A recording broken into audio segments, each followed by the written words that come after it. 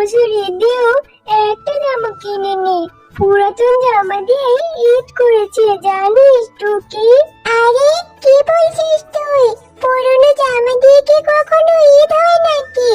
আমার মা সবসময় আমাকে ঈদে নতুন নতুন জামা কিনে দেয়, তাও আবার অনেকগুলো। আগের বছর তো আমার মায়ের কাছে কোনো টাকা ছিল না, তাই তো আমার মা আমাকে নতুন জামা কিনে দিতে পারেনি। তাই আমি পুরাতন জামা পরে ঈদ করেছি।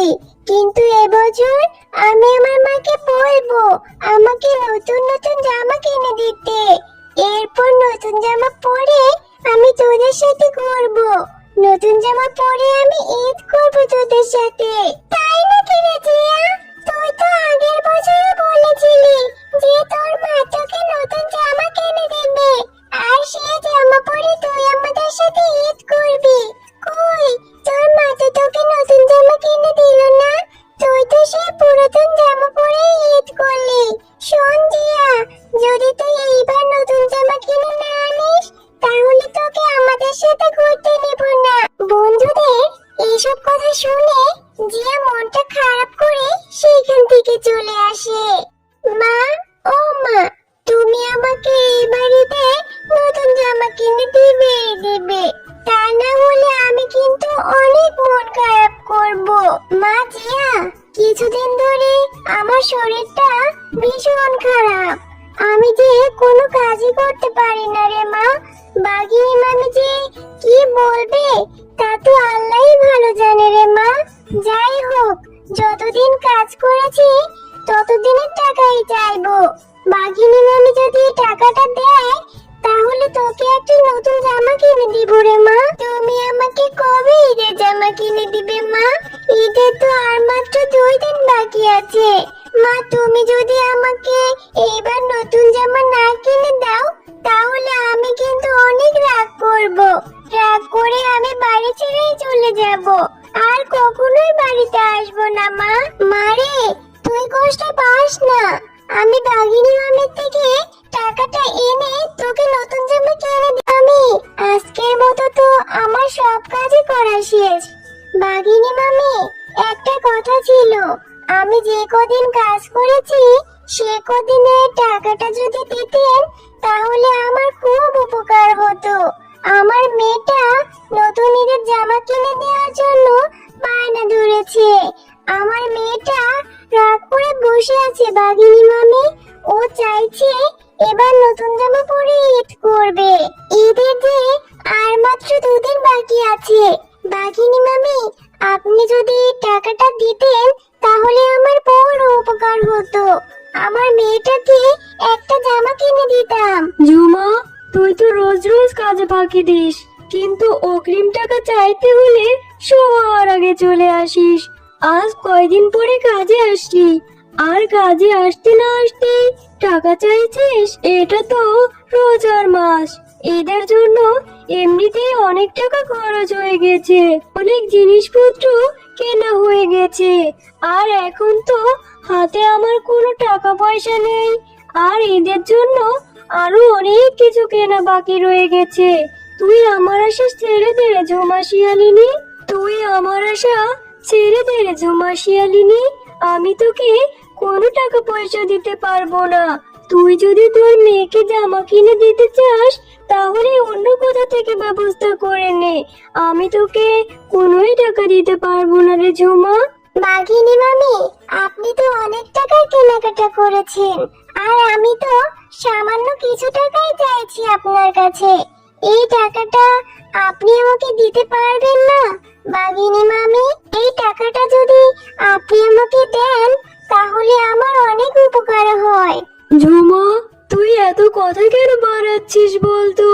আমার টাকা আছে তাই আমি শপিং করেছি, তোর টাকা নেই তুই কেনাকাটা করবি না? এত শখ কেন তোর? গরিবের আবার এত শখ কিসের? হ্যাঁ, এখান থেকে চলে যা বলছি। আমার টাকাটা আমাকে দিন না বাঘিনী মামি। বললাম তো ঝুমা, আমার কাছে এখন কোনো টাকা নেই, সব টাকা শপিং করে শেষ হয়ে গিয়েছে। বাঘিনী মামি, আমি তো এমনি এমনি আপনার কাছে টাকাটা চাইছি না, আমি তো আমার কাজের টাকাটাই চেয়েছি। আমি তোকে এখন কোনোই টাকা দিতে পারবো না। এই মাসটা শেষ হলেই আমি তোকে টাকা দিব। এখন বাকি কাজগুলো করে এখান থেকে যা তো। মেয়েটাকে যে কথা দিয়ে এসেছি যে কাজ থেকে ফিরে মেয়েটাকে নতুন জামা কিনে দেব, কিন্তু বাঘিনী মামি তো আমাকে কোনোই টাকা দিল না। এবার আমি আমার মেয়েটাকে কি বলবো, কি জবাব দিব? এবার আমি আমার মেয়েটাকে নতুন ঈদের জামা না কিনে দিলে আমার মেয়েটা যে অনেক কষ্ট পাবে।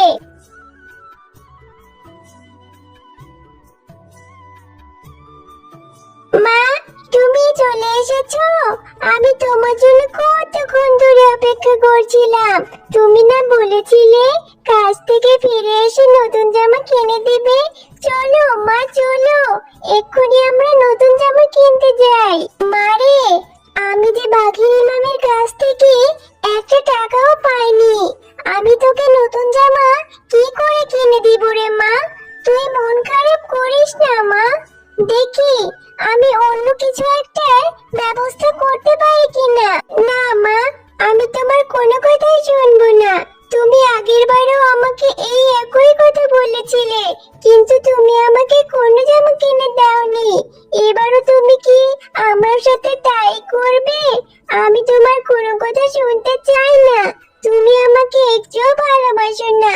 তোমার কাছে আমি কোনো কিছুই চাইলে তুমি আমাকে দিতে চাও না। আমার বন্ধুরা সবাই নতুন জামা কিনেছে, সবাই নতুন জামা পরে ঈদ করবে, শুধু আমিই কিনতে পারিনি। তারা অনেক আনন্দ করে ঈদ করবে, আর আমি ঈদ করতে পারবো না। আমি আর এই বাড়িতেই থাকবো না। আমি এক্ষুনি চলে যাচ্ছি এখান থেকে। এসব কথা বলে জিয়া মনটা খারাপ করে সেখান থেকে চলে যায়। আর মনটা খারাপ করে সে অনেক কষ্টে কাঁদতে থাকে। জিয়াকে কাঁদতে দেখে হঠাৎ করে সেখানে একটি পরী চলে আসে। কি হয়েছে ছোট সোনামণি, তুমি এখানে বসে কান্না করছো কেন? কত ছোট তুমি, তাহলে তোমার কিসের এত কষ্ট? তুমি আমাকে বলো। এরপর জিয়া পরীটাকে সব ঘটনা খুলে বলে। ও, এই ব্যাপার, তুমি মন খারাপ করো না। এই নাও জাদুর ফুল।